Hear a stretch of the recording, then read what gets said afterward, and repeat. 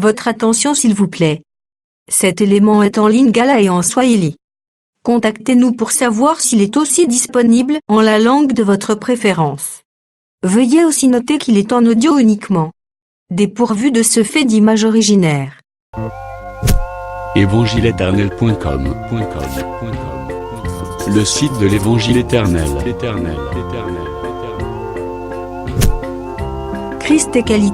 christequality.com Les cieux sont à la portée de votre main, juste par un simple clic de la souris. La rubrique Pasteur et thème vous convie de suivre en ce moment Le bien-aimé de Jésus-Christ et des saints. Le prophète Médard Kala. Ministre de l'Évangile éternel. Infatigable prédicateur. redoutable défenseur de la saine doctrine, Grand débatteur biblique. dénonciateur des faux Christ, des fausses doctrines et des fausses églises, Auteur de plusieurs enseignements. a confié l'Évangile à plusieurs. Une vraie référence généalogique pour beaucoup. Grand missionnaire de l'Évangile éternel partout dans le monde, il est nommé même là où il n'a pas mis pied. Plus de 20 longues années dans le ministère. Suivez-le tous les jours sur évangileéternel.com, le site de l'Évangile éternel. Là, vous y trouverez tous ces enseignements disponibles en texte, en audio et en vidéo, classés et ordonnés. Pour donc retrouver l'ordre de ces enseignements, nous vous conseillons de suivre ces vidéos depuis sa page sur notre site plutôt que sur YouTube. Bonne édification au nom de notre commun Seigneur et Dieu Jésus-Christ. Amen. Amen. Tuzali kurendre grâce epai ya Seigneur Jésus-Christ Tunapeleka shukrani kwa Yesu Kristo. parce que yende na bolingo na ye asepeli kopesa biso ce temps. Ni yeye kupitia mapendo yake anapenda kutupatia hii wakati. Chaque fois que tozomona le jour, Wakati yote tunaona siku, tozali ntango nyonso kozala reconnaissant ya oyo apesaka biso souffle de vie. tunakuya na shukrani kwa ule atukaburia sisi uzima Et umuzi surtout le fait qu'il asali biso grâce, kabisa vile anatufanyia sie neema. tozala toujours na reconnaissance que c'est Jésus-Christ ye moko ande aza le Dieu créateur du ciel et de la terre. Tukuye na ile utambulifu wala shukrani wa kusema Yesu Kristo yeye ndiye anakuya muumbaji wa mbingu na nchi, Et que to comprendre la grâce de Dieu. na tuelewe ile anakuya neema ya Bwana. Voilà pourquoi ntango nyonso topesaka ye matondi mingi. Ndio kule wakati yote tunapeleka shukrani kwake. Tozozwa texte oyo tokoutilize lelo. Tutabeba andiko hii tutatumia siku ya leo. Nalingi surtout que tu ajouter témoignage toujours sur les deux rédemptions. Minapenda tuongeze ushuda moja ile inakuwa njia ya ukombozi mbili. Mais tokotambola nano sur les deux déportations. Tutatembea na ile na kwenda ufungwa mbili. Parce que Pierre, même na Paul bazolo bake, il faut tango nyonso tolobelaka makambo oyo tolobeli tozongeli de plusieurs manières.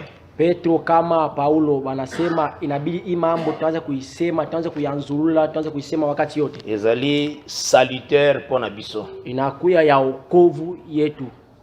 Naibi ke totangaki la fois dernière psaume 89. Mnajua kusema wakati ilipita tulisoma Zaburi na manini na 9. Tango tozalaki kokende clôturer par la grâce de Dieu prédication du jour. Kule tunaenda pale wakati tunaenda kuisha ile mahubiri ya siku. Totiki yango te. Atu iache. Tokotoucher yango vraiment par la grâce de Dieu. Tutaibamba leo kupitia neema ya Mungu. Mais lelo tolobela nano un peu sur deux déportations. Leo tutasemezea kwa ile inakuwa bufungwa mbili. Et eko aider biso to comprendre aussi mieux deux rédemptions. Itatupatia ile bahati wala ile wepesi ya kuelewa ile ukombozi mbili. Tozui Ézéchiel chapitre 17. Tunabeba Ezekieli 17. Yozo noté Ézéchiel 17 à partir du verset 1 ti na dernier verset na verset 24. Wewe utaandika kule Ezekieli sura 17 kwanza pa mstari ya kwanza pa 24. Ela kosepela bien aimé otanga yango. Pro limbo. Ezekiel. On commence par là.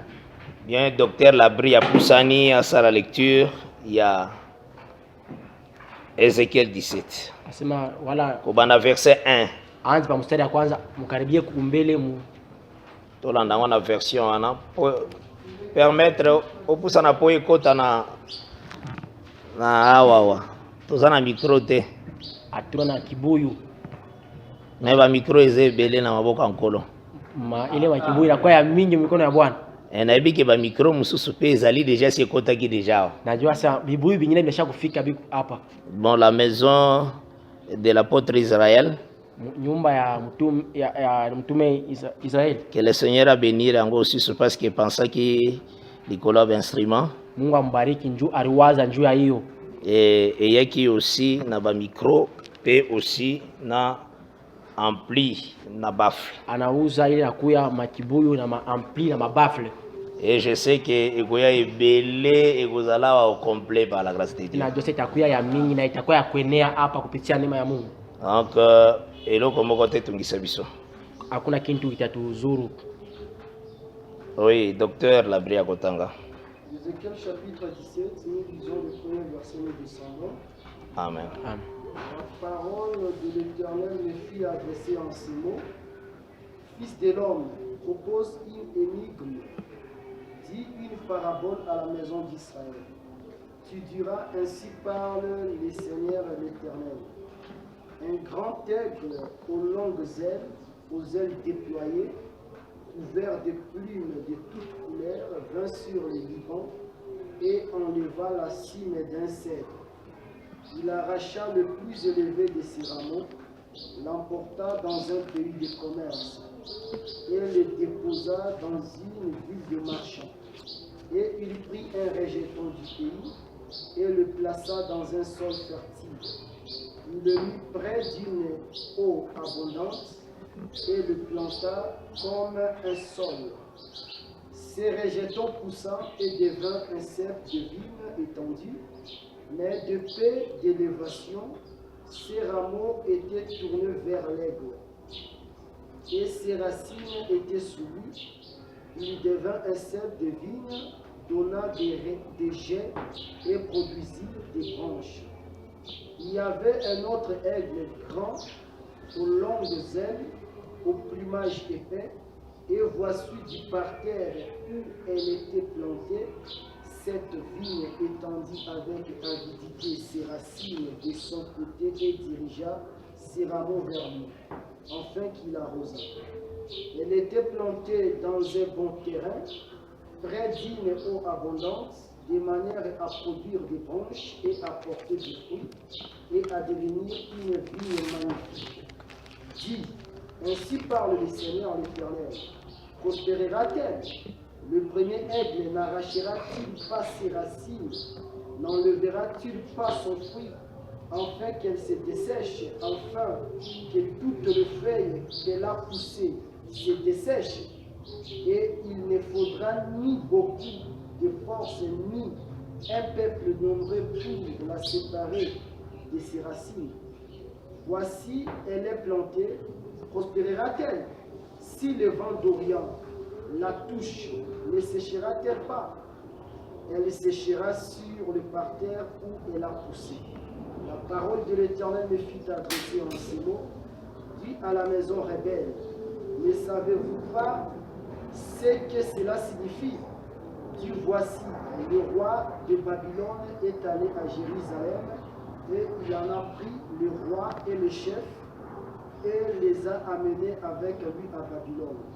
Il a choisi un membre de la race royale, a traité alliance avec lui, il a fait prêter serment et il a amené les grands du pays, afin que le royaume soit tenu dans l'abaissement, sans pouvoir s'élever et qu'il garde son alliance à y demeurer fidèle. Mais il s'est révolté contre lui en envoyant ses messagers en Égypte pour qu'il lui donne des chevaux et un grand nombre d'hommes.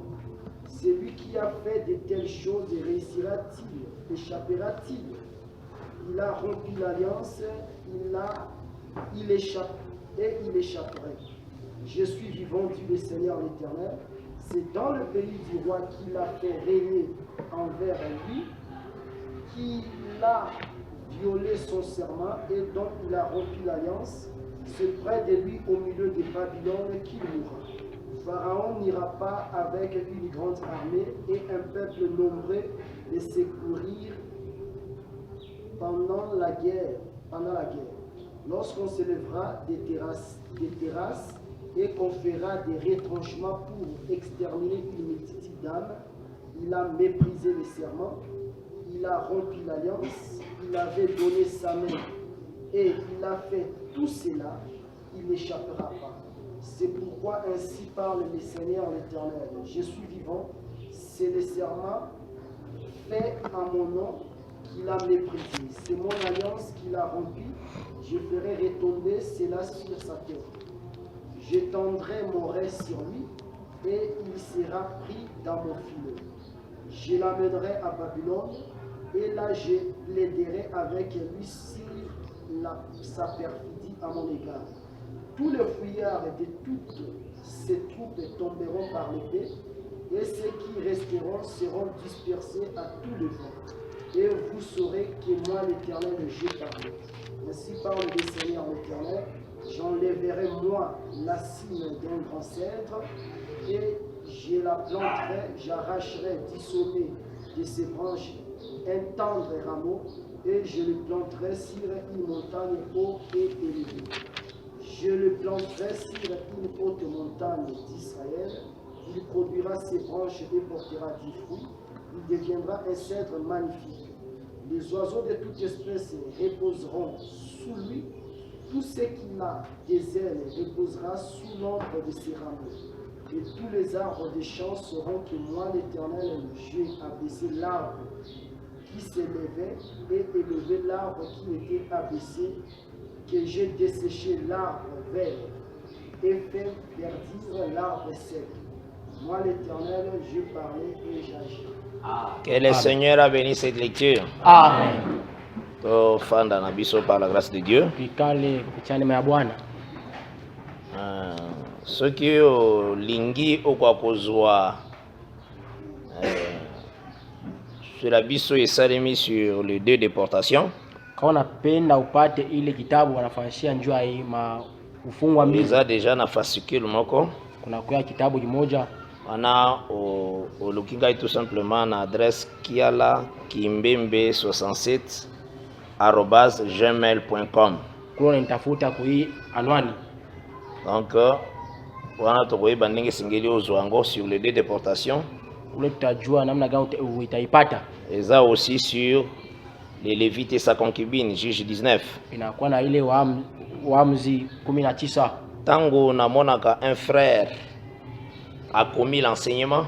Wakati naona ndugu ananjika ile mafundisho. Un ministre a commis l'enseignement. Ule mwaziri wa neno ananjika ile mafundisho. Na sepelaka mingi na luwa kango. Nashitaka bien, nashitaka furaha. Parce que okomona Paul akoma, utangara Paulo anandika akoma Galate, anandika kitabu kwa Galatia. Ba livre mususu akoma ki sous la dictée batu mususu bazokomela ye. Anandika bintu mwenyewe ena sema mtu mwenyewe unaandika. Pierre akoma, Petro aliandika, Matthieu akoma, Matayo aliandika, Jacques akoma, Yakobo aliandika, Judas akoma, ule Judas aliandika. Donc comment eza malamu, eza conseiller pour un frère ministre de la parole.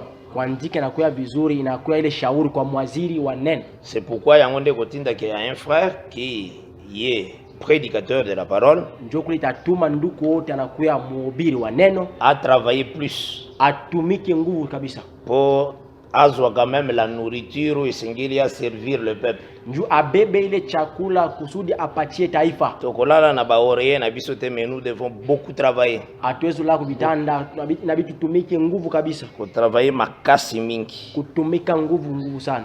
Kotanga les écritures de Dieu, kusoma maandiko ya Bwana, koyoka les autres grâces, kushikia manema ingine, kusambela aussi mingi, na kuomba tena mingi kabisa. Le travail de Dieu, ile kazi ya Mungu, eza très profonde. Inakuya ya uketo. Ona koyeba Nzambe, faut yeba na largeur, na longueur, na hauteur, pe na profondeur. Juu ya kuya Mungu inabidi umuyue mbufupi, mburefu, mukupanda juu. Mais à la hauteur, eza la hauteur na eza éternel. ile inaangalia urefu wake na kwa eza la profondeur na eza éternel. Ikuye ile ya uketo kabisa na Aza sans limite. Inakuya paka bila mipaka. Mais il faut ozala na habitude ya ko travailler surtout quand tu es un frère prédicateur. Inabidi kutumika nguvu kabisa wakati unakuya ndugu mhubiri. Et par là, na kule les autres aussi bakoyeba les fidèles. Na bengine waaminifu watayua la parole ko s'accomplit dans leur vie. Na ile neno tatimizika maisha yabo. Par ta lumière nous voyons la lumière. Asema kupitia nuru yako tuona nuru. Parce que la première lumière il y a version les agandé Jean-Baptiste. Ile nuru ya kwanza ile andiko ya ni Yohane Mbatizaji. Donc par la lumière ile nuru yako. Parce que Jean-Baptiste avait dit Yohane Mbatizaji alisema je ne le connaissais pas. Asa nishi kumtambue. Mais c'est lui qui m'a envoyé baptiser m'a dit. Asa ula alinituma kubatiza aliniambia. C'est lui sur qui toi Jean tu verras. Asa kule wewe Yohane utaona. L'esprit descendre sous forme de la colombe sur cet homme-là. Kule utona roho inashuka kama njiwa pa ule mtu. Ndeye. Njo ule. J'ai vu. Et j'ai rendu témoignage. Na natoa ushuda. Donc par cette lumière nous voyons la lumière. Nikisa kupitia hii nuru tunaona nuru. Donc quand il rejette Jean, kama unatupa ule Yohane Mbatizaji, livre ya Jean chapitre 5, wakati tunabeba Yohane sura 5, le Seigneur déclare Bwana eko nasema Jean était une lampe. Asema Yohane ilikuwa ni taa. Et vous avez voulu jouer avec sa lumière. Na mlipenda kushikia fula kwa ile mwangaza yake. Na Jean chapitre 1, mu Yohane sura kwanza Jean n'était pas la lumière. Banasema Yohane asikuye nuru. Mais na Jean 5, mu Yohane 5, oui, il était une lampe qui avait une lumière. Banasema ilikuwa ni taa ilikuwa na nuru. Vous avez joué une heure avec sa lumière. Asa mulifurahiwa kadiri ya saa moja kwa nuru yake. Donc c'est pourquoi Israël t'a rejeté Jean-Baptiste. Jokule wakati Israeli alimutupa Yohane Mbatizaji. Il n'a pas vu la lumière appelée Christ. Ashikone nuru wanaita Kristo. Parce que c'est par ta lumière. Ni kupitia nuru. Nous voyons la lumière. Tunaona nuru. Ceux qui va comprendre la lumière Jean. Kama elewa ule nuru kwa Yohane. Bangai comment la lumière. Ilibidi baone ile kwa nuru. Il faut faire très attention. Inabidi kucheba angi. Jean n'était pas la lumière qui chasse les ténèbres, non. Yohane asikukuya ile nuru ilifukuza giza hapana. Parce que les ténèbres est entré depuis la chute d'Adam. Juu ile giza ilingia wakati Adam alianguka. Le Seigneur chassa Adam au soir. Bwana alimfukuza Adam kumangaribi. Parce que c'était vers le coucher du soleil. Ilikuwa kule jua inaenda kulala. Et il chassa Adam. Na anamfukusha. Cela veut dire physiquement comme ça. Ni kusema kwa kuonekana hivi. Adam entrait dans le noir. Ni kusema Adam aliingia usiku. Oyo la Bible déclare que c'est la mort qui devait régner depuis la chute d'Adam. Kule Biblia inasema ni kifo ilibidi tawale wakati Adam alianguka. Et yangonde Isaïe 21 zoloba. Jo kule Isaya 21 inasema. Utangia partir à verset 11 à 13. Ukisoma kwanza mstari ya 11 mpaka 13. Sentinelle que dit de la nuit. Asema wewe mchungaji unasema ninja usiku. On demande cette nuit là ya chute. Bena uliza ile usiku ya kuanguka. Parce que la nuit ezalaki toujours ezaki régner. Juu usiku ilikuwa pale tawala. Dès la sentinelle a déclaré. Jo ule mchungaji anasema. Le matin vient. Asema asubuhi inakuja. En réalité cette sentinelle là. Kwa ukweli ule mulinzi. Azali vraiment ezande ba sentinelle nyonso yo ba prophète nyonso bazalaki. Alikuwa anaonesha wana wote walikuwa ni walinzi. Parce que bazaki établi pendant la nuit. Juu aliwekwa wakati ya usiku. Mais la sentinelle vraiment yazoya koloba likambwana le matin vient. Ule mulinzi wa kweli anakuwa usema asubuhi inakuja. C'est Jean-Baptiste. Ni Yohane Mbatizaji. Parce qu'azoloba,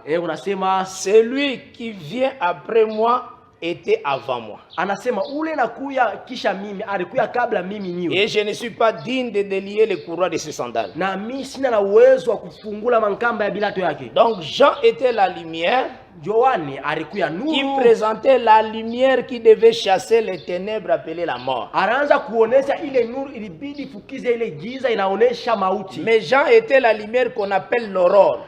Yohane alikuya ile nuru baada kuita mapambazuko. L'aurore n'est pas le jour. Ile mapambazuko haina siku. Eza ni jour ni nuit. Haina ni wala siku ni wala. Mais soki yango eye wala jioni. Kama ils ont rassuré que le soleil se lève. Kama inakwenda kuambia sema jua inataka kulamuka. Donc Jean était l'aurore. Ni Yohane alikuwa ile mapambazuko. Il n'était pas la lumière jour. Ashikukuya ile nuru siku. Mais il avait un jour en lui. Alikuwa na siku moja ndani yake. Une lumière qui rendait témoignage na lever du soleil. Ile nuru inaanza kuleta ushuhuda kwa kulamuka kwa Dieu jua. ramène que ce qui est passé. Na Mungu anarudisha ile ilishapita. Pour autant dire, Dieu kusema, biso toza l'église. Nous sasiye tunakuya kanisa. Toko kende na enlèvement avant l'aurore. Tutaenda kunyanyuliwa kabla mapambazuko. Témoignage ezali, Ile ushuhuda nakuya Lot abima Sodome avant l'aurore. ni kusema Lot alitoka kule Sodoma kabla Et mapambazuko. ce qu'on suit Cantique de Cantique chapitre 2, Kama unabeba nyimbo ya Solomono verset 17, mstari ya pili la mstari wa femme 17. azoyebisa na mobali aya avant que les ombres fuient. Ule bibi unaambia Bwana akuye kabla giza yote ipotee. Or les ombres fuient à l'aurore. Ile giza napotea kule Mais kumapambazuko. l'homme vient avant que ce temps-là arrive. Na mume yuko nakuya kabla ile wakati ifike. Yango moni quand biso tokokende. Ndio kula unaona wakati si Na tutenda linetwa mkunyanyuliwa. na eloba msu tangu tokozonga na ndako na biso. Mkusema kunyia wakati tutarudi kunyumba yetu. Après biso kokende l'aurore nde faut intervenir.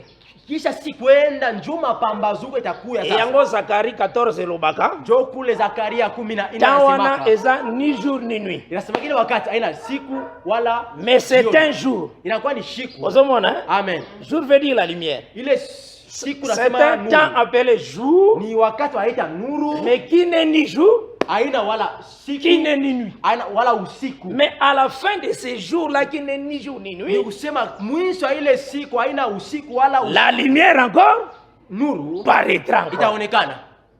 Ozomona? Amen. Là, bazotalisa le ministère ya Eli. Kule benaonesha huduma ya Elia. Ezala Moïse, Ikuye Musa, ezala Eli. ikuye Elia. Bazana ministère ya Eli. Bote beona huduma ya Elia. Yango Apocalypse 11 elobaka. Jo kule Ufunuo 11 nasemaka. Ils ont le pouvoir Banakuya na de madaraka fermer les ciels. ya kufunga mbingu. Alors, dit que l'un d'eux a le pouvoir. Il faut faire très attention avec la Bible. Abase mmoja wao anakuya na uwezo. Apocalypse Hapana, 11 dit ils ont. Donc, tous deux ont.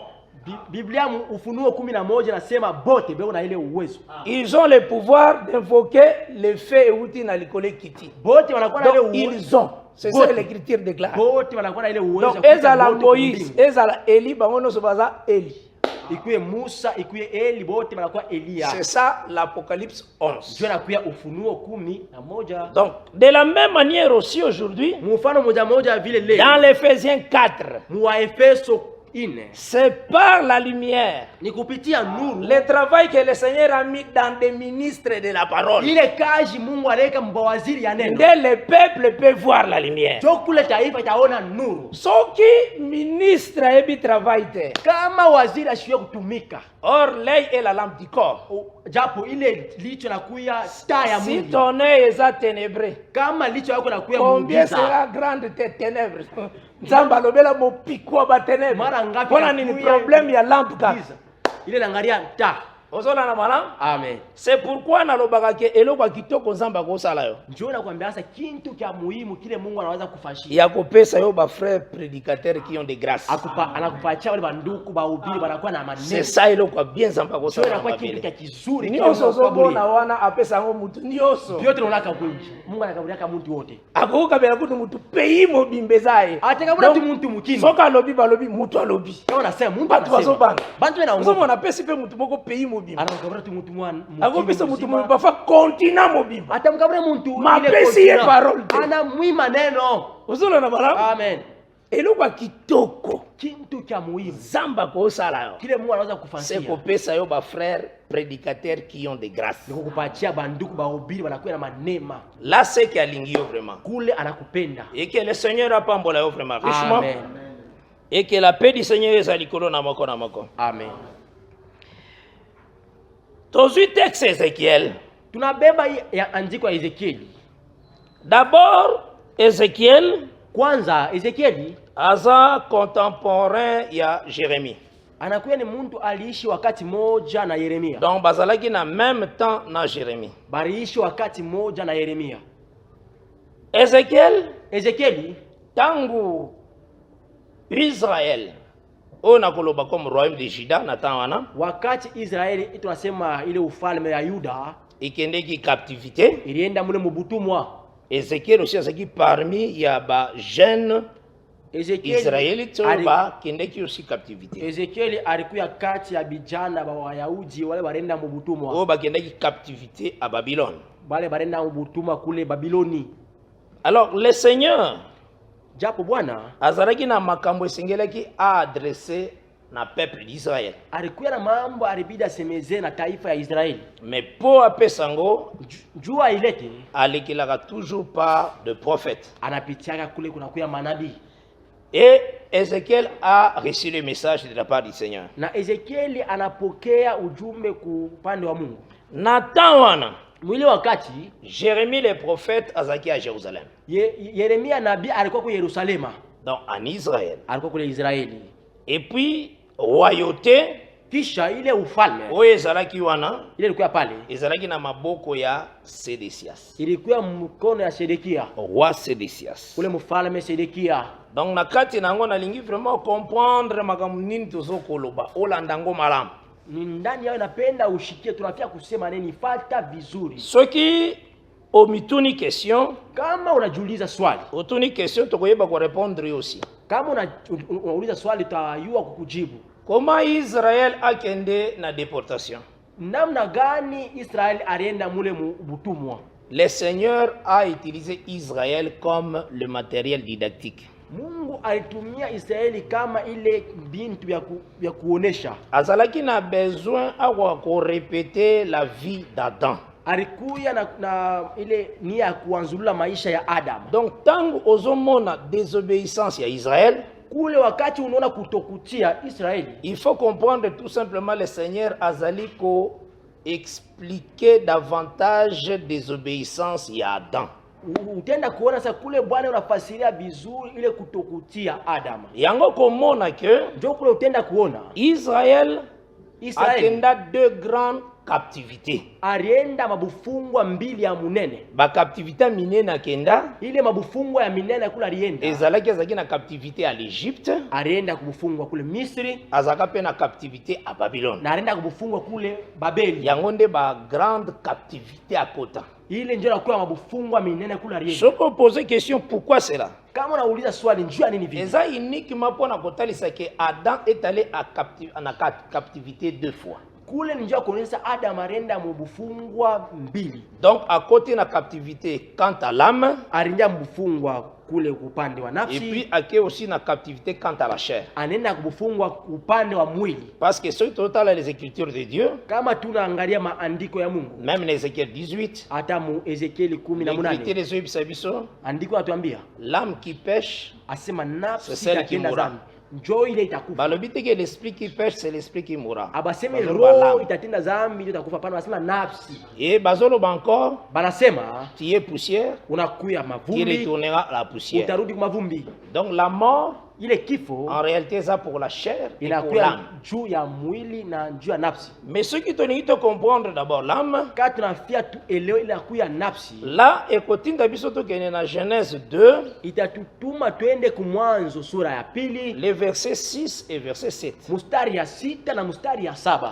Quand le Seigneur azali ko permettre et pas Moïse, Kule Bwana wakati unaruhusi kwa upande wa Musa, agwa komona une vapeur qui sortait, qui montait de la terre, kule eko nona vukuto mwana toka pa bulongo moja hivi. ils ont arrosé la surface de l'eau, Na la surface de la terre, du Iko sol. na zambaziwa pale pa upande wa bulongo. Et ça qui est poussière et comment qui argile. Ilifanya ile mavumbi ikuye bulongo wa ubambani. Donc maille s'associe qui na poussière. Nusa maji ilichangana ile mavumbi. Et le Seigneur a sali une motte de terre, Na Bwana anafanya kipande kimoja cha bulongo, forme moko, anafanya kitu kimoja hivi inerte, cha sio kutenka, mais aye maintenant a soufflé na kati. anakuya anapumua ndani. L'écriture nous témoigne Na andiko natushuhudia, que l'homme devient une âme vivante. na andiko nasema mtu anakuya nafsi yenye kuya na Donc hai. le souffle que le Seigneur a tiaki Na ile pumzi Bwana et aliyeka créé mouvement d'accord. inaweka kuchikizika Nde kumoja ndani ya babengi mwili. l'homme devient une âme vivante. Jukla wanaita kusema mtu anakuya nafsi yenye kuya na Donc tomoni hai. deux grandes choses que le Seigneur a côté ici na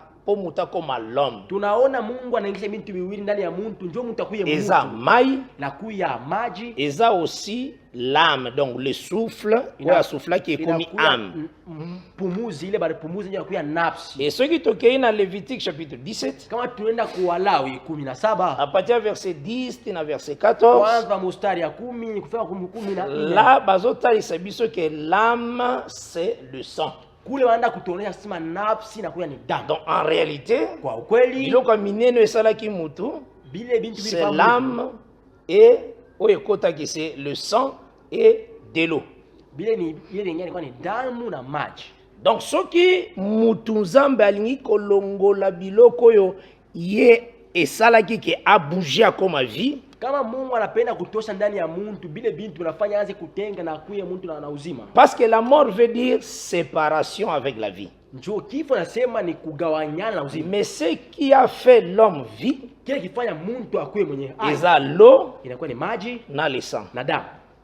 Tango baretirango nyonso mibale, Wakati wanatosha bile biwili, oyo ezalaki homme, il faut ezonga poussière na eta ya liboso. ule alikuya muntu na bidi arudie mavumbi kwa wakati ya mwanzo. Yango moni sacerdoce lévitique Njoo kule unaona ukoani ya ezalaki Malawi. basé sur les ablutions. Ilikuwa pale njuu ya ile maji. Et Dieu a donné l'âme, le sang sur l'autel pour ça la expiation à d'autres âmes. Na Mungu alileta damu juu ya mazabao njuu ifanye kurumia kwa zambi ya manafsi Et ingine. c'est toujours dans Lévitique 17 ndazoloba. Inakuwa paka Mwalawi 17 nyumla la Soko moni bazako loba le sang. Kama Na nasema damu ils ont purifié. inatakasa, L'eau ils ont purifié. maji inatakasa. Ezaki uniquement pour nakotalisa ke Aaron zamba tiaki ye asala effort ambe mamutu azongise na Eden.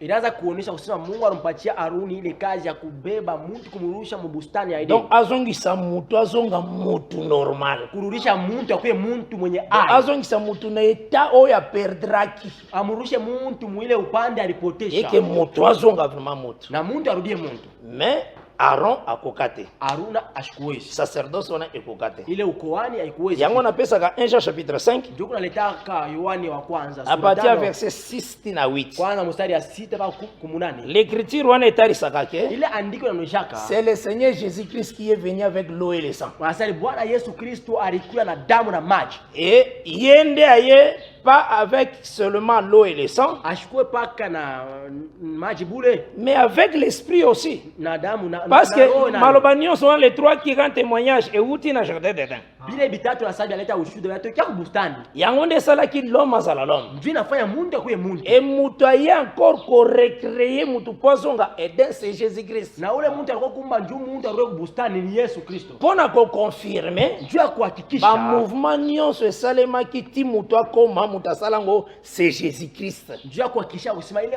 makutikizika yote alifanya njoo mundu arudie mundu. C'est lui qui est le créateur Yeye ndio akuya mumbaji de toute l'humanité. wa umbili C'est le mzima. Seigneur Jésus-Christ. Ni Bwana Yesu Kristo. Mais maintenant, Zambé, likambo esalema wana. Na Mungu ile mambo ilifanyika kule. Lolenge Adam kweya, Vile Adam alianguka, lolenge Adam tosakite. vile Adam ashikuti, Zambé azongisa ngo de plusieurs manières. C'est ça Dieu. anairudishaka mfano ya mingi. Alobaka ngo na ba forme ebele. Anasemezaka manamna ya Akoki mingi. kozwa Adam mutu. Atabeba Adam muntu, Mais azui akaboli en deux. anamufanya vipande viwili.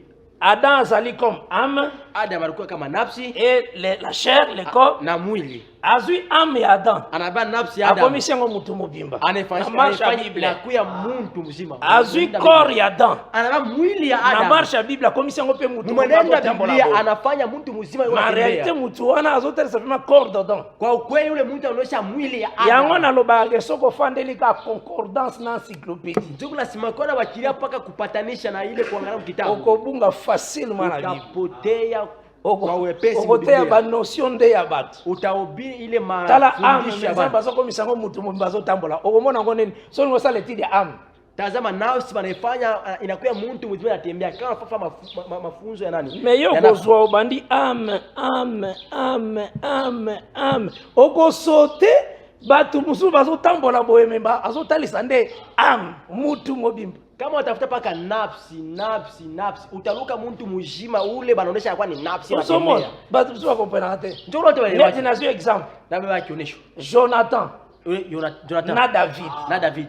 David azalaki l'âme de Jonathan. Ule Daudi alikuwa nafsi ya Jonathan. Jonathan azalaki son corps. Ule Jonathan alikuwa mwili yake. Remarquez ce jour-là. Tazama ile siku. Ezalaki jour à nouvelle ligne. Ilikuwa siku ya mwenzi ya La sasa. nouvelle ligne en réalité Ile kutoka mwenzi upya. ezalaki comme fête moko à 2 jours. Ilikuwa kama karamu ya masiku mbili. Isegelaki David azala na fête. ilibidi Daudi akuwe kule karamu Place na yepe zalaki. kule fazi yake ilikuwa Mais hapo. yebisi Jonathan. Anamwambia Jonathan Na boya fête na zomona ke papa na bina sana programme au bobanga. asemista kwa kule karamu na baba yako anakuwa na orodha ya kunyua. David a manqué fête. Daudi anapusa karamu Place na zalaki vide. ile fazi yake hapa kwa mtu. Mais faut faire très attention. Inabidi ukiamba yange. Saoul n'a pas parlé. Saul asikuseme kintu. Akanisi alobi que no David c'est certain que parfois ça un peu souillé ni azali absent na fête.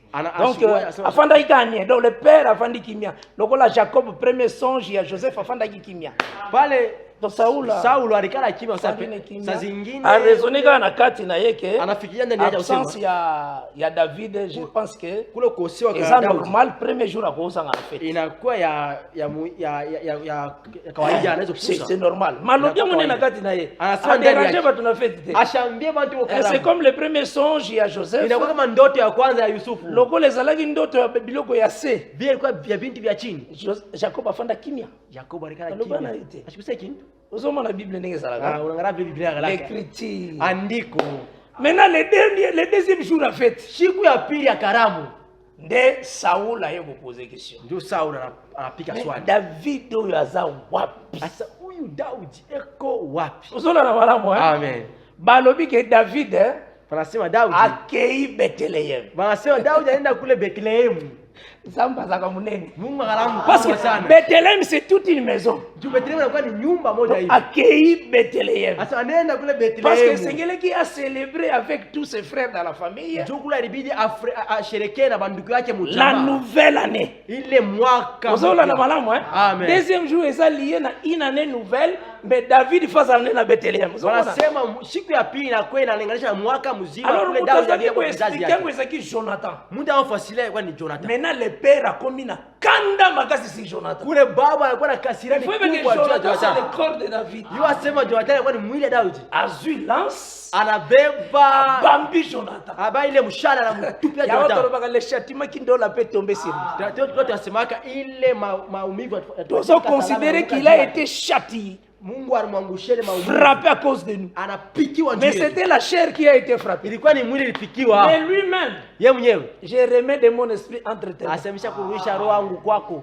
Unaona na malam? Amen. Mokomona Jonathan wana. Utaona Jonathan pale. Yo ngoko ne méditer Jonathan.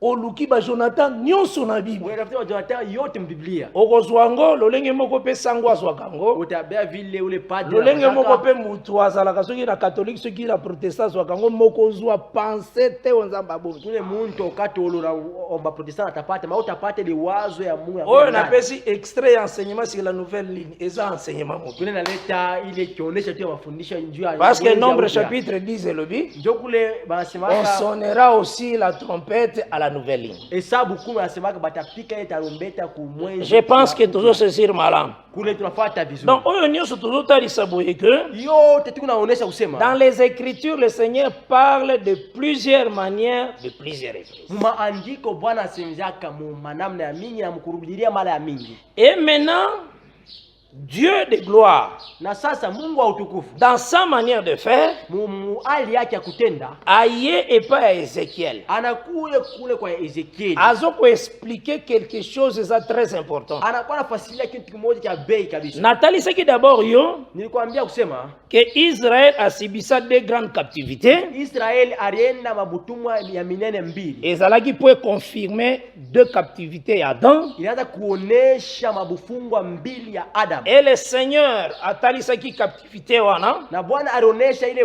ufungwa dans la vie d'abord ya barua mibale. Mu maisha ya bafalme bawili. Barua wana mibale. Bale bafalme bawili. Soko tangi na 2 Rois chapitre 24. Wakati tunasoma wafalme wa pili 24. Obande apatia verset 10 na verset 16. Unaanza kwa mstari ya 10 mpaka 16. Ezaki na roi komo na ezaki Eliakim. Kulikuwa mfalme wanaanza kumuita Eliakim.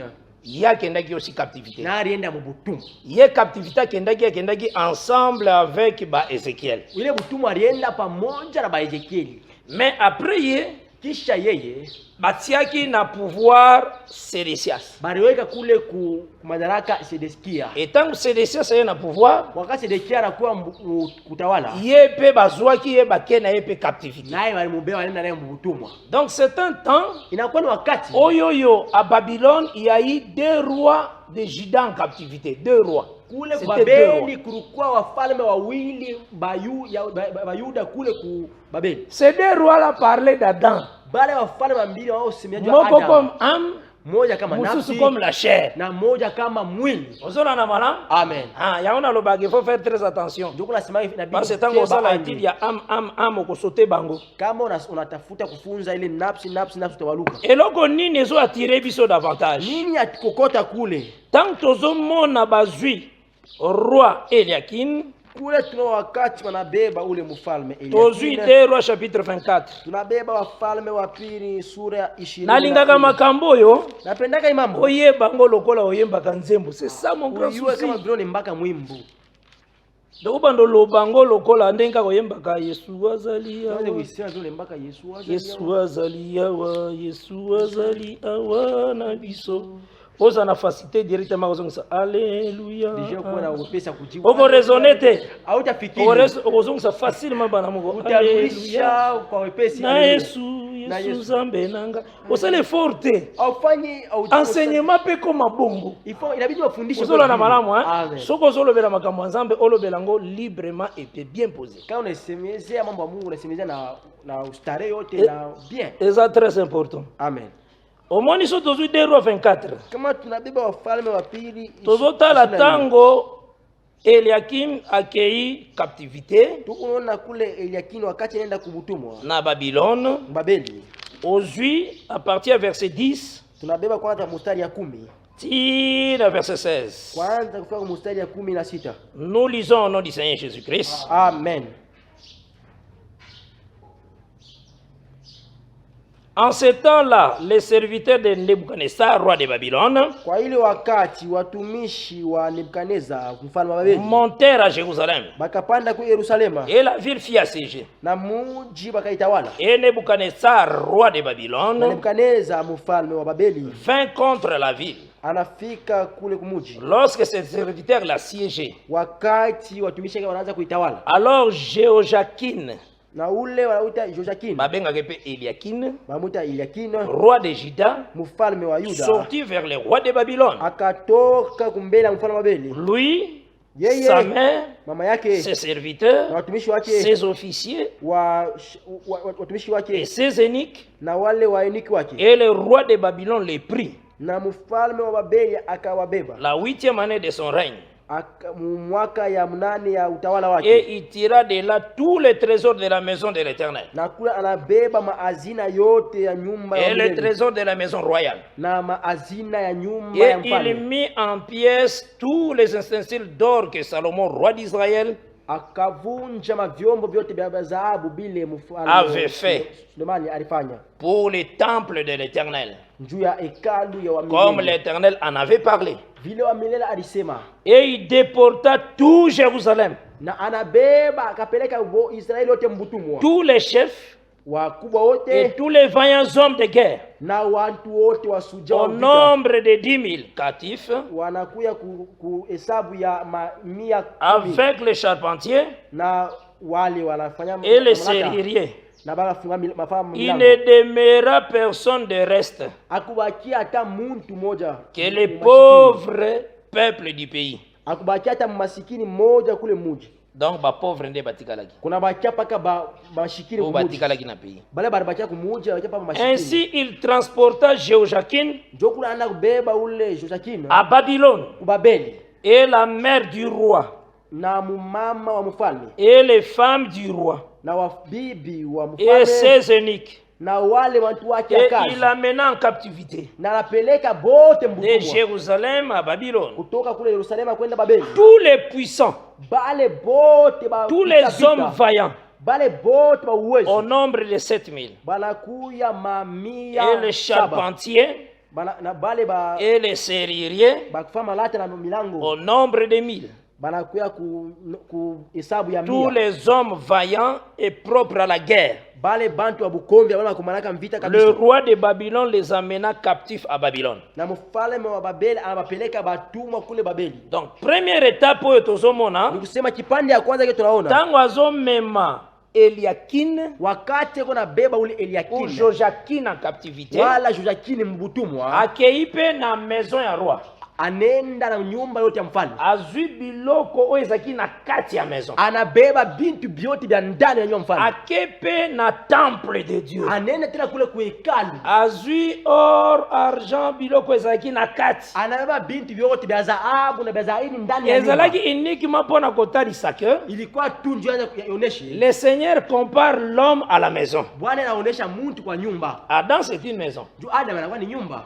Adam c'est la maison du roi. Adam anakuwa ni nyumba ya mfalme. Adam c'est le temple du roi. Adam anakuwa ni hekalu ya mfalme. Mais awawa hapa bazotalisa ke bazui biloko ya kati. Hapa banaonesha bintu bya ndani ya nyumba. Eza pona kotalisa ni njoo kuonesha ke roi oyo bazokende na captivité. Huyu mfalme naye kutumwa. C'est l'intérieur d'Adam. Inakuwa ni ndani ya Adam. C'est l'âme. Inakuwa ni nafsi. Voilà pourquoi bamemaki les objets ya intérieur. Remarquez le verset 13. Tazama mustari ya 13. Et il tira de là tous les trésors de la maison de l'Éternel. Kule anabeba maazina yote ya nyumba ya milele. Le verset 13 ya 2 Rois 24. Mustari ya 13 ya Wafalme wa pili 24. Et il mit en pièces tous les ustensiles d'or. Na analabisha yote mavyombo ya dhahabu. Que Salomon roi d'Israël bile Sulemani mfalme wa Israeli avait fait pour le temple de l'Éternel, comme l'Éternel en avait parlé. Pour vérifier ango, juu ya tazame vizuri. Okokende kotanga 1 Roi chapitre 6. Utasoma Wafalme wa kwanza 6. 1 Roi 6 nyoso tangi yango. Wafalme wa kwanza 6. 1 Roi 7 tangi yango. Wafalme wa kwanza 7. Okomona ke quand Salomon salaki construction, utangana kule Sulemani wakati fanya majengo. Objet d'or ezaki biloko kati. Asina vyombo ya dhahabu vilikuwa ndani. Alors awa watang bazokanga roi oyo bazwinde les objets d'or. Wakati banabamba mfalme banabana oyo Salomon atiaki dans les temples. Bile Sulemani aleka ndani ya hekalu. Eza uniquement inakuya tu pona kotalisa que Dieu kuonesha l'intérieur yosa ndani ndeza qui pris avant pour que ne captivité. Dieu balibeba kabla yende utumwa. Yango ndeza comme l'âme d'Adam. Dieu anaonesha kama nafsi ya Adam. Effectivement frère. Jokule nduku. Parce que okomona ke azui bato onyoso baza makasi na pays. Jokula ba bantu ba nguvu ba inchi. Azui bato baza ba intelligent. Ana bantu ba akili. Bango nda memi bango nyonso. Jobala nenda nabo. Omoni tanga zo mema bato ya makasi ya pays nyonso. No wakati ya bantu ya nguvu ya muji. Écriture le bi. Andiko nasema il avait pris tout Jérusalem. Osoma ne ba le bi hein. Akaba Yerusalem yote. Donc azui tout Jérusalem. Mais en réalité, il avait laissé les pauvres. Mais tout Jérusalem. Amen. Donc c'est l'effort qui faisait Jérusalem. Et tant que Jérusalem nyonso eki. Donc ezalolenge ngai nazali boye. Soki nakufi po mutu nyonso akoko kufa. Kama nakufa vile mtu anaweza kufa. Mutakoloba frère Kiala akei. Donc oyo akei wana nde frère Kiala. Banasema ndugu Kiala naenda ula ndio ndugu Kiala. Mais nzoto na ye kozala wana. Mwili takuya pale. Mokoloba ntuka yesi akei. Unasema yeye anenda. Ye nyonso akei. Ye wote anenda. Ozola na malamu? Amen. Mais tozolela matanga na nzoto. Tunaria kilio na mwili. Nzoto wana ndeza pauvre. Ile mwili wakia masikini. Ozola na malamu? Amen. Nzoto eza comme la chair est faible. Mwili akala kama mwili muregevu. Est-ce que vous ma malamu? Amen. Alors on remarque maintenant. Utatazama sasa. Après wana. Kisha pale. Obandi kotanga le verset 17. Unaanza kusoma mustari ya 10. Ya 2 Rois 24. Ya Wafalme wa pili. Okomona ke batie mena roi mususu na place. Donc Sédécias. Ukiona manaweka mfalme mwingine hapa fasi ya ule Joakim anaweka. Tangu Sédécias atie na place. Wakati amweka ule Sedekia hapa fasi. Il faut yeba que Sédécias azali comme troisième fils ya Josias. Unabidi wa uyo asema ule Sédécias alikuwa kama mwana wa tatu wa Josias. Soko tangi na 1 Chronique chapitre 3 verset 15. Kona soma wasoma mambo ya siku ya kwanza mstari ya 3. Donc mwana misatu. Mwana wa tatu. Na 1 Chronique 3 verset 15. Unasoma mambo ya siku ya kwanza sura ya 3 kwa mstari ya 15. Pona nini le Seigneur a permettre que mwana misatu akoma na pouvoir? Unajua ni Mungu aliruhusu ule mtoto wa tatu akwe mwana wana misatu atalisa comme la terre ya 3e jour. Ule mtoto wa tatu anaoshika kama bulongo ya siku ya 3. Aza la terre, la chair. Inalani mwili. Ozona na malam. Amen. Parce que ba pauvre batikali. Ju ba masikini bali Nde bazui oyo aza troisième batie na place. Bana beba ula kwa watatu amweka mafazi. Donc le roi azalaka l'ensemble de tout le peuple. Ju mfalme analaka anaonesha taifa mzima. Donc roi wana ninga za wana za pauvre, za faible. Ule mfalme anakuwa pale anakuwa ni masikini, anakuwa muregevu. Est-ce aussi mamala moi? Amen. C'est de ça za pauvre, za faible. C'est de qui anakuwa masikini, anakuwa muregevu. Maintenant qu'est-ce qui se passe-t-il? Nini napitikana? C'est des sias mutatiaki na pouvoir ezalaki roi ya Babylone. Ula alimweka ku ile enzi na kuya ni mfalme wa Babeli. Bayaki na boyoka ni très bien. Banasikilizana vizuri, mais lakini c'est des sias souci daye ezalaki akangamande na Egypte. Sedekia alipenda wakamubambe kule Misri. Akomi attaché na Egypte. Alipenda kuambatana na Misri. Na besoin Egypte sekuriri. Alikuwa na ile hitaji kusema Misri. Po akata alliance na Nebukadnezar. Avunje ile agano na Nebukadnezar, ambatane na Misri. Attaché na Egypte. Ambatane na Misri. Maintenant roi Babylone kamwa qui est kule mfalme wa Babeli alishangaa. Mais comment se fait que c'est roi? C'est des sias. C'est de qui? Asepela ko casser mon alliance. Anapenda kukata agano nami. Mais akangama mena na alliance à un autre roi. Anapenda kuambatana agano kwa mfalme wa Misri. Frère nangai. Mpenda ndugu yangu. Soko zu Genèse 21. Kona beba Mwanzo 21. Le verset 9. Mstari ya 9. Bazo benga Agar aza égyptienne. Bana muita ule Agar ule wa ku Misri. Uzola na malam? Amen. Agar aza égyptienne. Bana muita Agar wa ku Misri. Agar en réalité. Ule Agar kwa kweli. Azo atalisa aussi Égypte. Anaonyesha kwa kweli Misri. Donc atalisa comme la chair, les œuvres de la chair. Anaonyesha kama makazi wala matendo ya mwili. Agar atalisa aussi les sacerdoces lévitiques. Na Agar anaonyesha ile ukoani ya Walawi. Donc atalisa comme sacerdoce lévitique. Anaonyesha kama ukoani ya Walawi. Atalisa comme aussi la chair. Anaonyesha na hayo mwili. Osola na malam? Amen. Ah, donc parce que ne lobeliwana il faut na yo yeba. Ile musemo nabidi uyue. Parce que makambo nyonso pe leka epa ya Israël. Nju mambo yote lipita fasi kwa avec comme epa Israël il faut mona ngo epa ya Abraham. Kabla ipite kwa Israeli inabidi ipite kule kwa Ibrahim. Amen. Même l'incrédulité à Israël faut mona ngo epa Abraham. Hata ile moyo mgumu ya Israeli inabidi uone kule kwa Ibrahim. Remarquez tangu na Genèse 21. Tazama kule ku Mwanzo 21. Tangu Isaka sevraki. Kule wakati alimtosha Isaka kumajiba. Agar na komiko seka. Agar anaanza kumchekelea. Alors Sarah le dit non. Sarah anasema hapana. Azoib sa Abraham. Ambasa Ibrahim. Chasse la servante et son fils. Atafukusha ule kijakazi na mwana wake. Maintenant c'était une parole. Ça va? Ilikuwa ni Amen. Maintenant Abraham refusa. C'est ça l'incrédulité d'abord. Ibrahim anakataa inaonesha ile moyo. Israël a refusé ya kolongola sacerdoce lévitique. Ça va? Israël alikatala kutosha ile ukoani ya Walawi. Mais positionnement oye aboyi parole ya kolongola ce sacerdoce. Ile hali ya kukatala. Akondimaka ngo par après. Ile hali ya kukatala kutosha ile ukoani ya Walawi. L'Éternel ayeka na même parole. Ile neno moja moja. Oyoyo Sarai bisaki. Ile Sarai alimwambia. Da yebisi Abraham. Écoute ce que dit ta femme. Bwana anamwambia sema, Mungu anamwambia shikia bila Mungu anasema. Donc na incrédulité ya Israël anakata Abraham. Na ile kutokutii wala moyo mgumu ya Ibrahim. Alors batamona kaka foi d'Abraham. Uzomona Biblia? Na imani pa kwa Ibrahim. Uzomona Biblia? Mais biloko nyuso isa. Yote yako pa kwa. Uzomona malam? Amen. Na incrédulité ya Israël. Na moyo mgumu ya Israël. Lolenge aujourd'hui Israël obeki que nous savons que Dieu a parlé à un seul homme, à Moïse. C'est ça. Donc, boyi ko chasser Agar. Bangoa. Vile Israeli inasema shie tunayapaka ile neno Musa alisema wanakatala kufukusha ule Agar. Na kwa aujourd'hui batikali lieka kana Agar. Leo wanawachapa kule ku Agar. Osora na malam? Amen. Mais lakini bakozongela même voix wana. Batarudia ile sauti moja moja. La voix là qui parle dans l'alliance parce que Sarah c'est toute une alliance aussi. Ile sauti unasema muagano ndio ile Sarah. Cette alliance avait dit ile agano tangu ya ngoe koli wakati itakomea longola Agar na mwana tosha ule mchungaji ozona na malamu. L'Éternel azana eloko muswa kolobate si ce n'est que confirmer l'alliance ayaki nango. Bwana sina kitu kingine kusema ila tu kuhakikisha ile agano alikuwa nayo. Nde ayebisi Abraham, Dieu anamwambia Ibrahim, écoute ce que ta femme asa sikia kile bibi yako anasema. Ozola na malam? Amen. Donc on est ça ba richesse na ba pesa biso. Inalala kama utajiri kama bwana lobaka. Zambe kabela mutu hata ndakwa dinivo. Hivi ndio ina pesa ngako. Kapacha mtu ile nyumba mahitaji ya Mungu. Ozola na malam? Donc makambo ndeza kapo mengo na biso vraiment c'est ça notre tout, c'est ça. Hii mambo alaka utajiri wetu ndio alaka biote. Donc tant tout ça na makambo toyoka vraiment très à l'aise. Quand on est mtu ashaka ustare vraiment. Toyeba ke oui. Biso nde papa na biso akela likolo pc. Papa na biso. Parce que nous avons reçu un esprit qui crie Abba Père.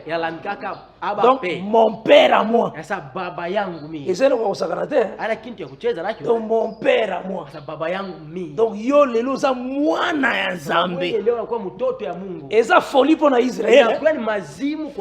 Yo congolais. Oza soki na libota nino koma mwana ya Nzambe.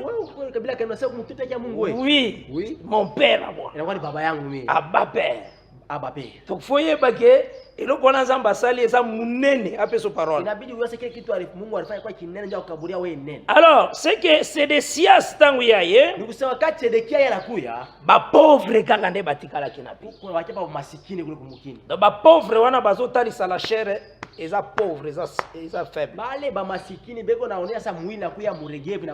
Et Sédécias asepelaki kokata alliance na roi ya Babylone. Na Sedekia alifurahikia kukata ile agano na mfalme wa Babeli. Akei ko s'attacher na Egypte. Anaenda kuambatana na Misri. Oh, Egypte c'est aussi la chair. Japo Misri inakuwa ni mwili. Unani malamu hein? Amen. Egypte c'est Agar. Misri inakuwa ni Agar. L'Égypte aussi na Misri aza comme tout un sacerdoce. Inaala kama agano moja hivi. Est-ce que nanga malamu? Amen. Donc que se passe-t-il? Nini napitikana pale? Maintenant le roi Babylone tanga moni que Sédécias akati alliance na ye wakati ile mfalme wa Babeli anaona sema ule mfalme Sedekia anakata ile agano naye. En tout cas atomboki kula alikasirika nguvu kabisa. Ayepo aya akoka ko détruire Sédécias. Anakuya kumharibu Sedekia. C'est à cause de cela que yaki kokanga Sédécias. Ni kupitia ile alikuwa kumubamba Sedekia. Roi wana. Mfalme ule. Roi wana sa iko tarisa le corps. Ule mfalme anaanza kuonesha mwili. Azako tarisa la chair. Aonesha hii mwili. Yango soki na 2 Rois chapitre 25. Kama unaenda kwa wafalme wa pili mstari ya. Ozwi tangu bazo kanga Sédécias. Unaenda kule wakati bena mbamba ule Sedekia. Nazo banda kotanga partir ya verset 8. Minaanza kusoma wa mstari ya. Na bani même na verset 7. Minaanza mstari ya 7.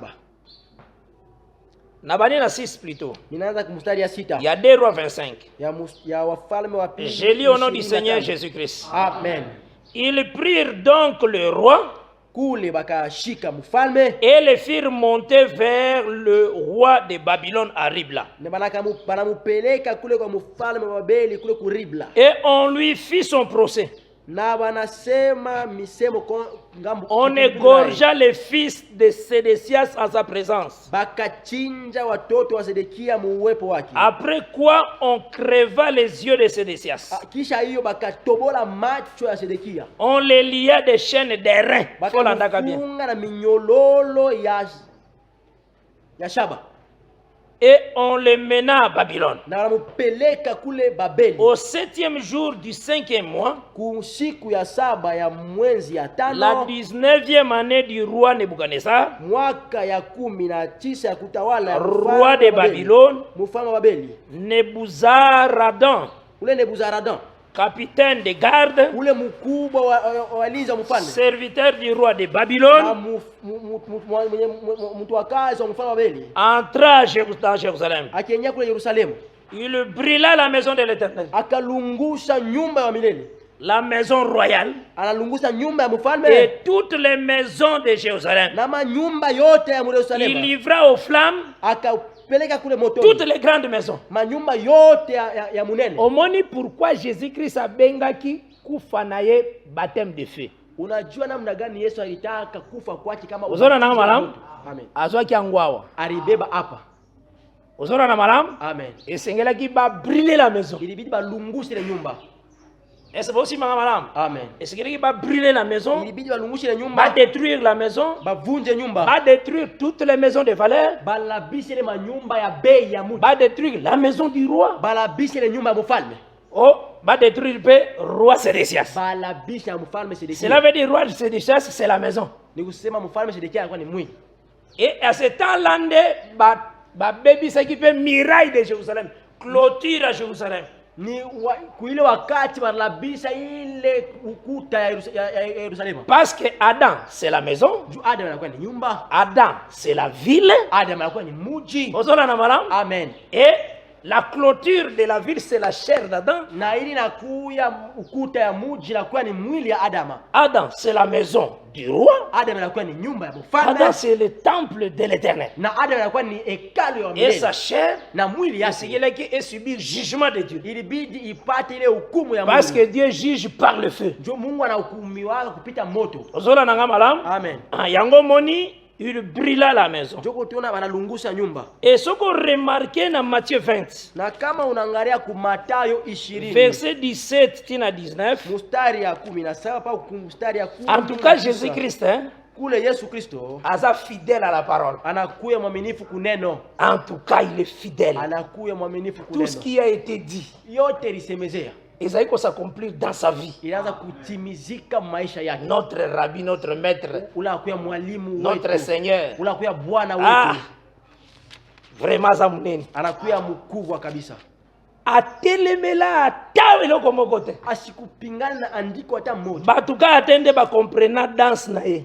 Bantu ndio bakuelewa ile kucheza kwake. Donc ndenge bazobeta muziki pendenge azobina. Bila napika kinanda yeye unacheza. Donc azobina neti ya contre pas. Yeye anacheza enda kinyuma mwimbo. Bazo comprendre yete. Bantu bakuelewe. Non non, Jésus Christ. Il est merveilleux. Anakuwa wa ajabu. Non non, le Seigneur est merveilleux. Anakuwa wa ajabu. Yo kandenge azali. Shikia vile la kwe. Na Jean 17.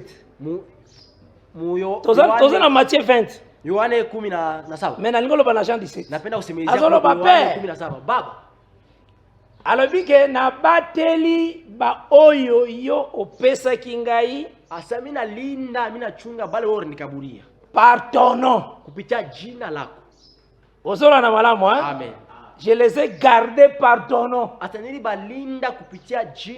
Et va reconnaître que ngai na uti pana, je suis sorti de toi.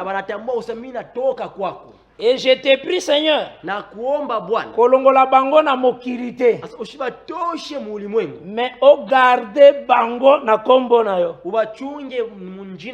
Sanctifie-les par ta parole. Ah bah mouva Jésus a kitoko. Wana yebisi bino ke parce que ba gardagande par le nom de l'Éternel. Maintenant si apesi bino nom de l'Éternel c'est la parole. Sanctifier veut dire mettre à part. C'est ça garder. Alobaki que le nom de l'Éternel c'est la parole. Mais utakotanga le frère nanga omoni yao. Ayobaki kombote. Talobaki kombo. Hapa siseme jina alisema. Tanga lobi sanctifie par la parole. Donc sanctifier veut dire mettre à part. Ile kutakasa ni kuweka pembeni. Donc c'est ça le nom qui garde. Ndio ile neno inalinda. Il a cité ce nom-là. Le nom du Père, c'est la parole. Alors, très merveilleux. Yango Apocalypse 19 et le bi.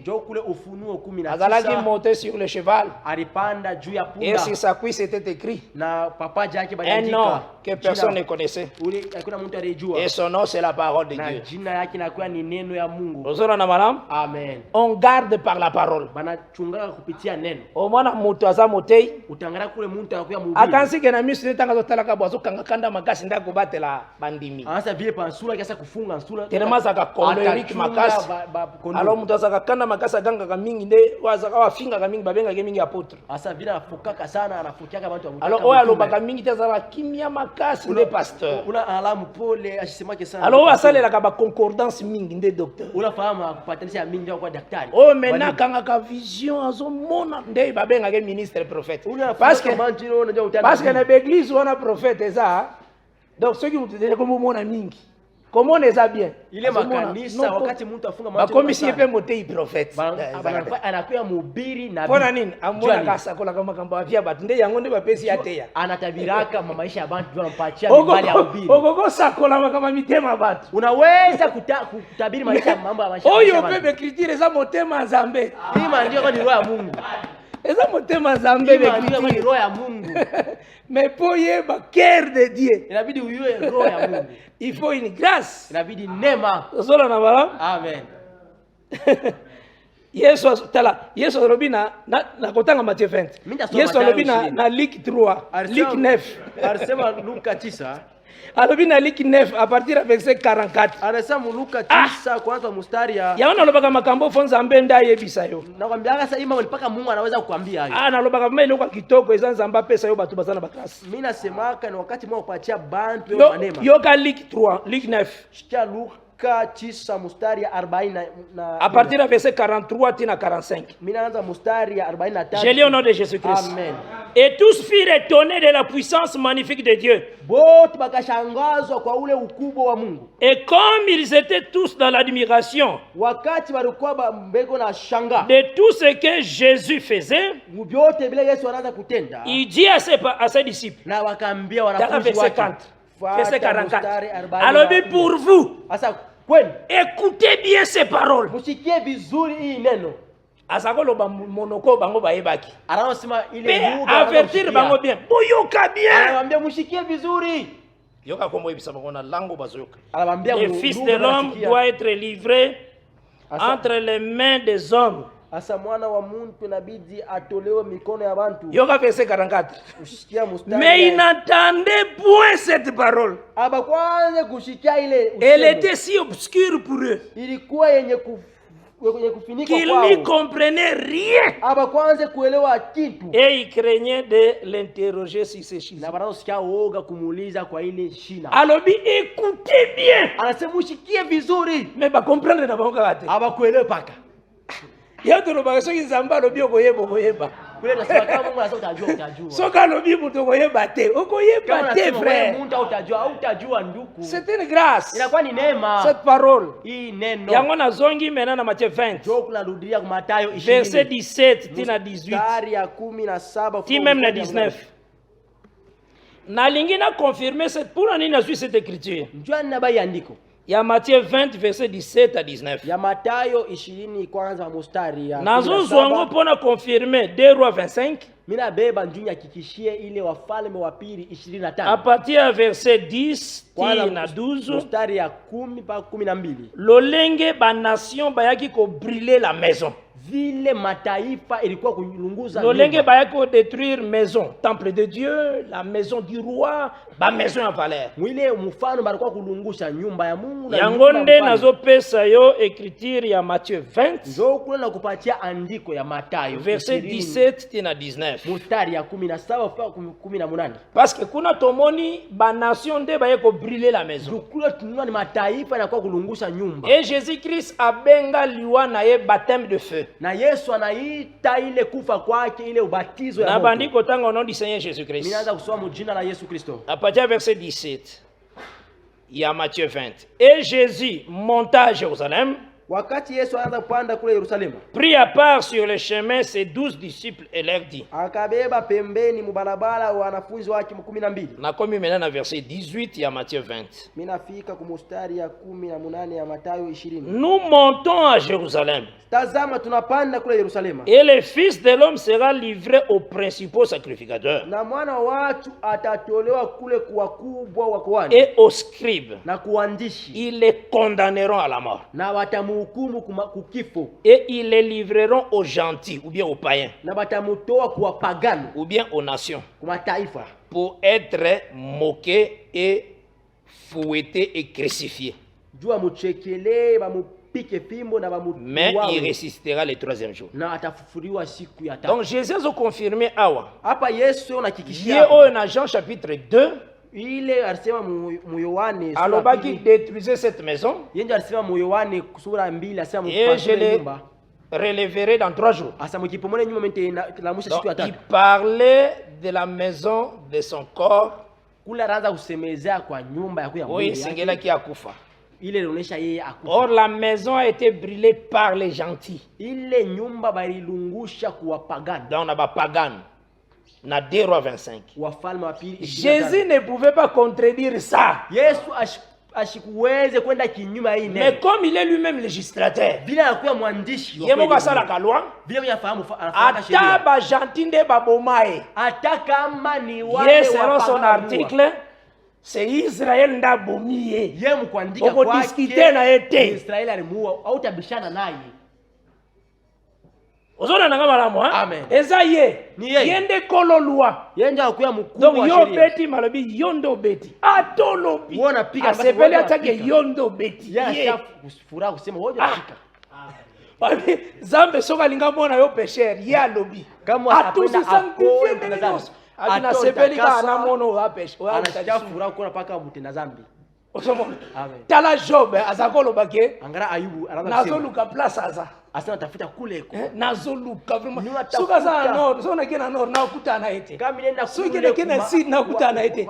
Maza wapi aibisa ngali sumu dini ngala zana. Eko wapi anyambie ile nzambi nakuwa nayo. Osola na malamu? Amen.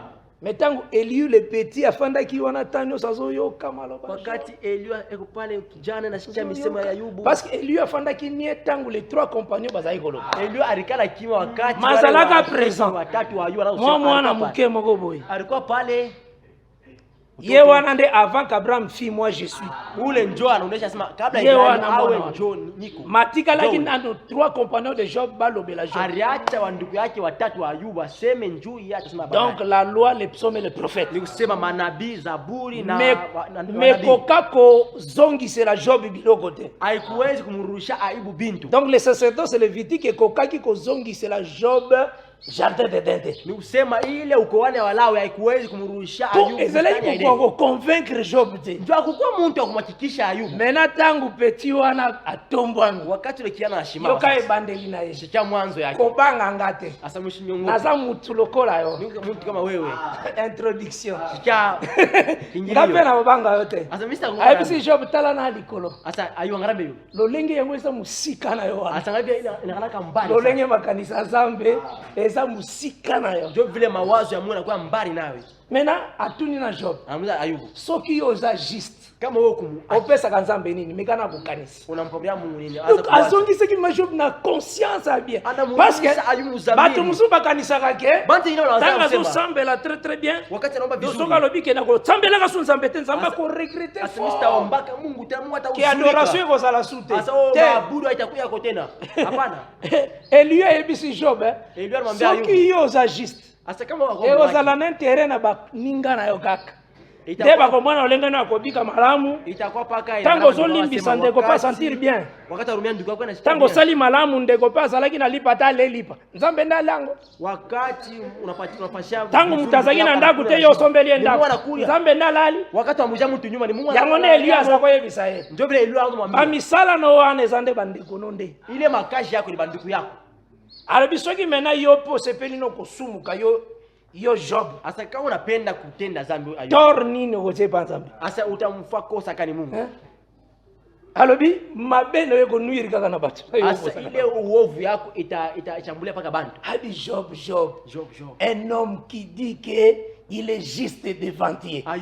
Anakuwa mtu waki mbele ya Mungu. Wewe bisoki zambali wako miso coupable. Kama unapenda kufaa ukuwe mtu wa kosa. Hata uza propre. Hata sasa atafanya kuwa mtu wa kosa. Akomisi Job ma coupable. Anafanya Ayubu kuwa mtu wa kosa. Habike mutazo mela masumu lokola mai. Asona kunya ubaya kama mai. Comment? Namna gani? Parce que Job tu dis devant Dieu que tu es juste. Ce n'est que ça. Misumu loka yangwana.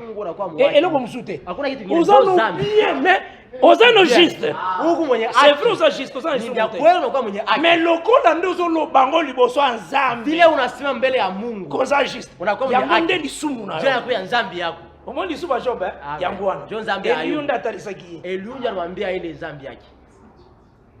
Donc ezaneti mutu inakuwa kama baebisi miki tsa liboso nzambe. Asa ujinyenyekeze mbele ya afandi wana lobi anashimama. Est-ce que ngabi man ngaza kali sumu te? Azaka bien. Nishika dhambi niko. Azaka tani loko. Vraiment. Donc Omoni mutaza kufana mais c'est un orgueil. Unaona mnaweza kukala meko wa kiburi. Azaka kawana na ba.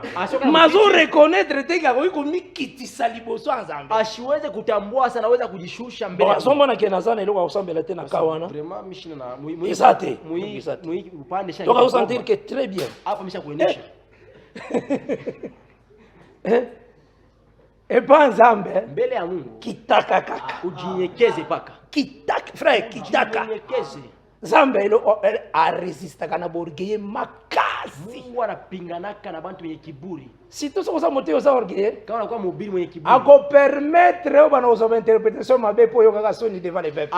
Nzambe kata pama utafsiri ya bongo vraiment na méditation. Nzambe vraiment sio na méditation. Mungu akaba mule mkufikiria. Vyo mwenye kiburi. Atangi sio verset mabe. Ala usomesha andiko memo. Nao yao. Osolo ba verset meza mabe. Unakuwa unasema andiko meko mbaya. Après aidaka frère moka tanga ngo bien. Anasaidia ndiko mwali isoma vizuri. Tanki te kosi la frère abenyo pasteur yana. Wakati ibada la kuta mpembeni. Kolo bezande ngwana to tipe mnongo.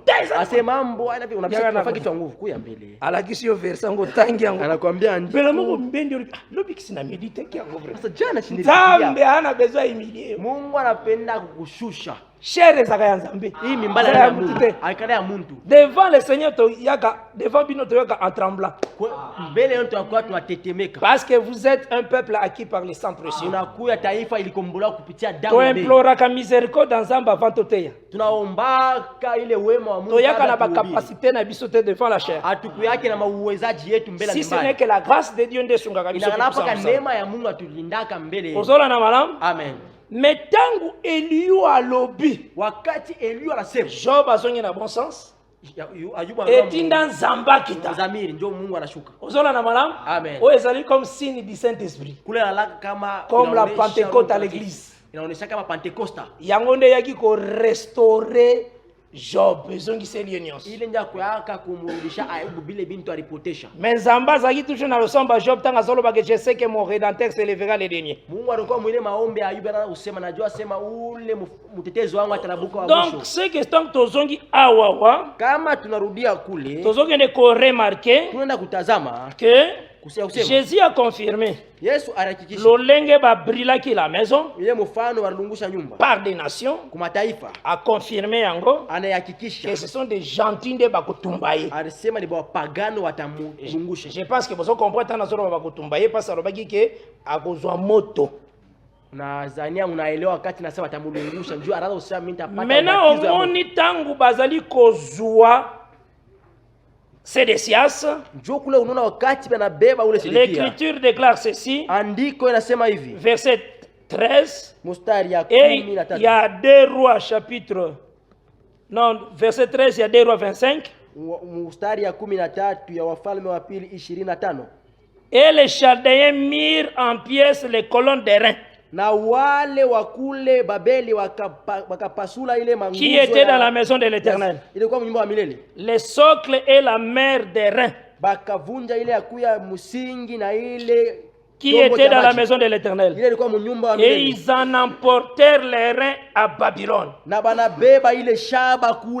Au moment où comparer verset 13, il y a 2 Rois 24. Dans verset 13, il y a 2 Rois 25. Au moment que verset 13, il y a 2 Rois 24. Jour bamemaki roi wana mususu ya liboso. Et il tira de là tous les trésors de la maison de l'Éternel. Et les trésors de la maison royale. Et il mit en pièces tous les ustensiles d'or que Salomon, roi d'Israël, avait fait pour le temple de l'Éternel, comme l'Éternel en avait parlé. Donc, bazouaki ba or, bakate à maison de l'Éternel. Et tant que tu es dans verset 13, il y a 2 Rois 25, tant que tu es ma roi mususu.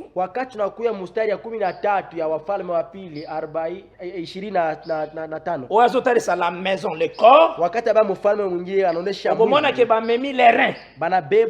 Ile shaba. Or somo ke na 1 Roi chapitre 6. Kama unaenda kwa wafalme wa kwanza mstari ya sura ya 6. Na 1 Roi chapitre 7. Na wafalme sura ya 6. Otangi ngo komona ke les reins zalaki biloko libanda. utaona kusema ile shaba ilikuwa ni ya donc bintu les vya années nje. corps Inaonesha mwili. ozola na malamu. Amen. Donc tango bazo mema Sédécias Wakati ambao ule Sedekia bazwi biloko oyo ya libanda, banabeba mabintu yote vya nje. mais il faut yeba que tango bazo humilier la chair, Inabidi wakati wanashusha ile ya mwili. eloko moko na lingi natalisa na verset 13 toujours na suka Kile kintu na verset 14 kuonesha mustari ya 14 tango bazo briser babiloko ya Erin wakati beo navunja bintu vya na shaba verset 14 ya pa mustari ya 14 ya 2 Rois 25 ya Wafalme wa pili ils 25 emportèrent aussi les chaudières, wakabeba na ile mambabula les pelles, ile mampana les serpes, mabisu les tasses makopo et tous les ustensiles d'Erin na vyote vyombo vya employés pour les services. shaba bile wanaanza kutumia mkazi. Ozola na malam. Amen. Et le verset 15. Na mustari ya 15 Les capitaines de garde ule mkubwa wa walinzi emporta aussi les encensoirs et les bassins, ce qui était d'or. anabeba ile akuya mambabula na vyombo na vile vilikuwa vya dhahabu Et ce qui était d'argent. na vile vilikuwa vya zaini. Omoni jour bazako détruire les reins. Ile shiko wanaanza kuharibu ile shaba. Les chefs ozalaki ko commanditer bango nyonso. Ule mfalme anaanza kuongoza bale bantu. Il est venu. Anakuya. Aye kozwa encensoir d'or. Anabeba ile mbabula ya dhahabu. Ça c'est vraiment l'intercession, hein. Ile akuya ni maombi. Ozora nanga malambo, hein. Amen. C'est là-bas où on brûle les parfums. Jokule balungushaka manukate. Et l'encenseur d'or. Ile mbabula ya dhahabu. Ozora na malam. Amen. Aye kozwa biloko or na argent lisusu. Banabeba. Qu'est-ce que cela veut dire? Ya dhahabu na bia zaini. Bazo répéter ba expliquer yo. Donc bazo détruire les reins. Ni kusema wakati wana ribu ile inakuwa za shaba. Mouvement moko zo salema. Les chefs il faut azwa l'encenseur d'or. Donc